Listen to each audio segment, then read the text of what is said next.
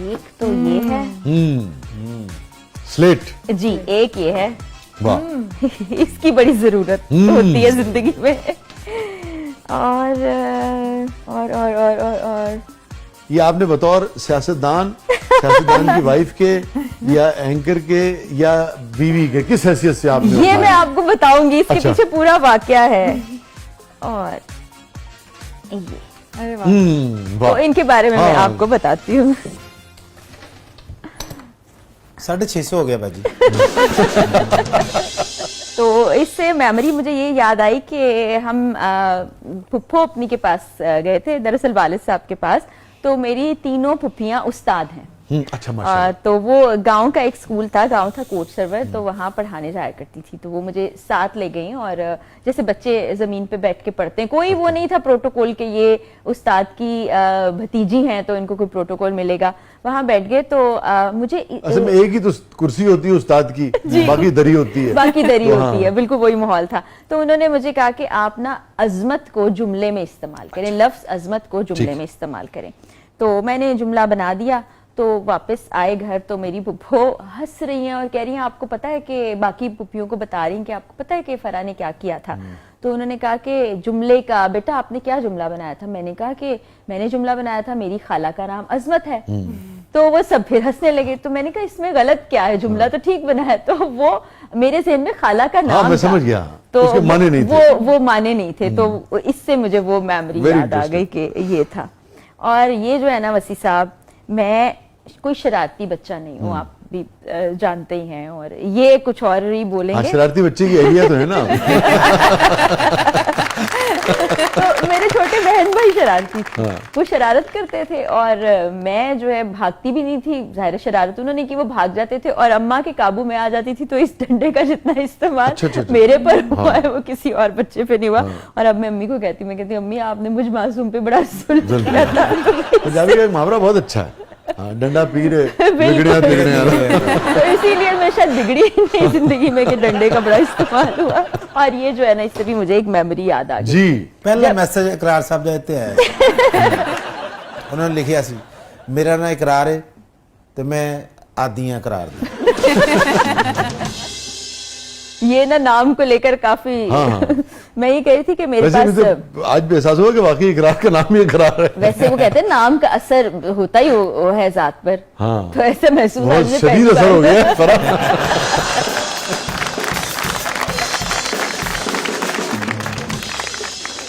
تو یہ نوکیا 3310 اس کو کہا کرتے تھے۔ تو میرے پاس ایل جی کا فون تھا، بڑا سمارٹ سا اورنج کلر کا، جیسے یہ باٹل پڑی ہوئی ہے، گلاس پڑا ہوا ہے۔ تو میرے بردر ان لا کے پاس یہ فون تھا، تو میں نے ان سے ایکسچینج کر لیا کہ مجھے اتنا پسند آیا، میں نے کہا یہ مجھے دے دو، اور پھر یہ اتنا بھاری ہوتا تھا کہ کبھی کوئی شرارت کرے تو اس کے سر پر بھی مار دیا جائے۔ چور چوری نہیں کر سکتا، بندہ چھڑوا مارتا چوک پہ بے ہوش ہو جاتا سی۔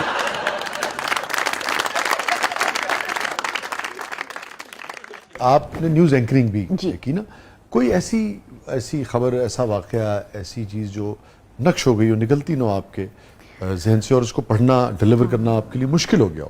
سیالکوٹ کا واقعہ جس میں 2 بھائی تھے، رمضان کا وہ واقعہ ہے، تو میں اور اقرار ساتھ میں خبریں پڑھ رہے تھے۔ ہاں، موب لنچنگ کا جو 2 بچے تھے نا۔ جی 2 بچے تھے، اب مجھے ان کے بچوں کے نام یاد نہیں، لیکن وہ ہمارے پاس تو را فوٹیج آتی ہے، اور وہ سارا وہ مانیٹر پہ چل رہی تھی، اور میں نے صرف ایک جملہ بولا ہوگا، اس کے بعد مجھے نہیں یاد، میں کچھ نہیں بول پائی، میں بالکل بلینک ہو گئی تھی۔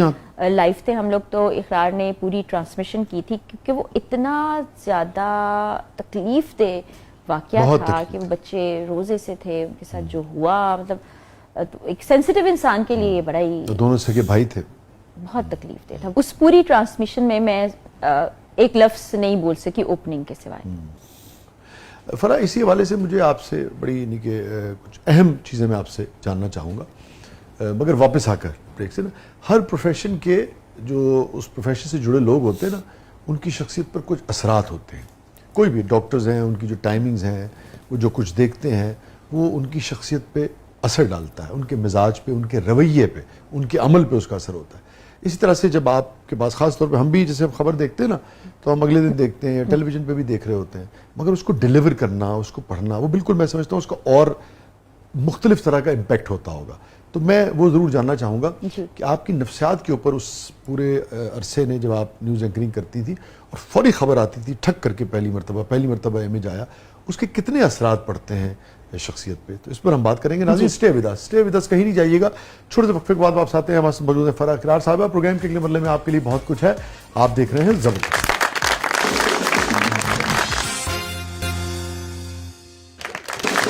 ویلکم بیک ناظرین, زبردست میں ایک بار پھر خوش آمدید. فرح, میں بریک پہ جانے سے پہلے یہ سوال چھوڑ کے گیا تھا کہ کتنے اثرات ہوتے ہیں شخصیت پہ ان ساری خبروں کے جو ڈائریکٹ ایک دم سے اچانک آتی ہیں, ان کو پڑھنا ہوتا ہے اور ان کو دیکھنا ہوتا ہے.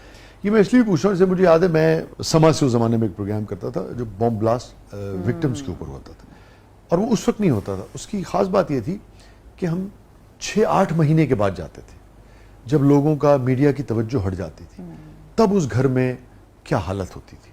تو آپ یقین کریں کہ جب میں وہ پروگرام شوٹ کر کے آتا تھا تو تقریباً ایک ہفتے تک میں, کم از کم ایک ہفتے تک میں شدید ڈپریس رہتا تھا. اس گھر کی تنہائی, اس گھر کے اوپر جو بیتتی ہے, چونکہ ابتدا میں میڈیا جا رہا ہے, آ رہا ہے, لوگ آ رہے ہیں, بہت سارے وعدے ہو رہے ہیں, اس کے بعد سب دنیا اپنے کاموں میں لگ جاتی تھی, صرف وہ فیملی جھیلتی تھی اور وہ ہوتا تھا. ایک ہفتے تک میرے لیے وہ مشکل ہوتا تھا اس کو وہ کرنا. اور پھر خبر بھی جب ہم پڑھتے ہیں تو اس کے بھی اثرات ہوتے ہیں جب ہم روٹین میں پڑھ رہے ہوتے ہیں. مگر آپ جب ڈائریکٹ خبر آئی اسی وقت اور آپ آن ایئر ہیں اور اس کا امپیکٹ ہے, کتنا شخصیت پہ اثر ڈالتا ہے؟ بہت زیادہ. یہ 2008, 9, 10 کا وقت وہی تھا جب بہت زیادہ بلاسٹ ہو رہے تھے. تو اسٹوڈیو میں انٹر ہوتے ہی وہ کہتے تھے فوراً آپ مائک لگا لیں, بیٹھ جائیے. شفٹ ہماری شفل ہوتی تھی, تو خبر کیا ہوتی تھی کہ فلاں جمعے کا روز ہے, فلاں جگہ دھماکہ ہو گیا. اور وہ یقین جانے اس وقت تو ہم, کیونکہ سرکمسٹانسز پورے ڈفرینٹ ہوتے ہیں نا, آپ ایک ماحول میں بیٹھے ہیں, آپ نے خبر ڈیلیور کرنی ہی کرنی ہے, اور آپ بریکنگ دیتے جا رہے ہیں اور بولتے چلے جا رہے ہیں. لیکن رات میں جب گھر پہنچتے تھے تو وہ سوچ کے ویژولز آپ کے دماغ میں آتے تھے, چھوٹے چھوٹے بچے اس میں ہوتے تھے, مسجد کے اندر یہ ہو رہا ہے دھماکہ. بہت زیادہ, اور حساس انسان کے لیے نا بڑا مشکل, بہت مشکل ہوتا ہے. کچھ لوگ اس کو بالکل خبر کی طرح پڑھتے ہیں, مطلب پڑھ لیا اور اس کے بعد اثر نہیں ہوتا. تو جو ایسے لوگ ہوتے ہیں ہمارے جیسے, ان کے لیے بڑا ہی وہ چیلنج بھرا ہوتا ہے. تو پھر اسی لیے میں نے بہت زیادہ سال نیوز اینکرنگ نہیں کی, پھر پروگرام کی طرف آ گئی, اور وہ سوشل ایشوز پر بیسڈ کرتا تھا. ہم لوگوں نے یہ جو 2000 کے بعد ان کی عمریں جو بھی تھی, مگر اگر وہ نیوز سے وابستہ تھے اور پھر اس کے علاوہ عام آدمی بھی دیکھتا تو سب کچھ ہی تھا, جھیل رہا تھا. میں سمجھتا ہوں اس کی نفسیات پہ بہت ہی شدید گہرے اثرات پڑے. وہ اپنی پچھلی نسل سے اور اگلی نسل سے بہت ہی مختلف لوگ ہیں جنہوں نے وہ 10, 12, 15 سال جیے ہیں پاکستان. وہ ایک شعر ہے نا, یہ جو ہم لوگ ہیں احساس میں جلتے ہوئے لوگ, ہم زمیں زاد نہ ہوتے تو ستارے ہوتے. تو یہ اسی جنریشن کے لیے ہے. بالکل صحیح. کیونکہ آپ دیکھیے, مجھے یاد ہے ابھی میں جو بات کر رہا تھا آپ سے, اس میں سے بہت ساری چیزیں مجھے آج بھی یاد ہیں نا, بہت سارے لوگ یاد ہیں, بہت سارے. اس میں سے خاص طور پہ ایک, اس لیے اس کے اثرات دیکھیں کتنے پڑتے ہیں. اسی طرح 6-8 مہینے کے بعد ہم گئے تو ریلوے اسٹیشن پہ, آپ کو تو یاد ہوگا, لاہور ریلوے اسٹیشن پہ انسیڈنٹ ہوا تھا, بلاسٹ ہوا تھا. اس میں کچھ کلی حضرات جو تھے وہ بھی شہید ہو گئے تھے. اور پھر جب میں 8-10 مہینے کے بعد ان کے گھر ہم گئے, ہم نے ان کو وزٹ کیا, تو میرا اگر حافظہ ٹھیک کام کر رہا تو 6 یا 7 بیٹیاں تھیں اس آدمی کی.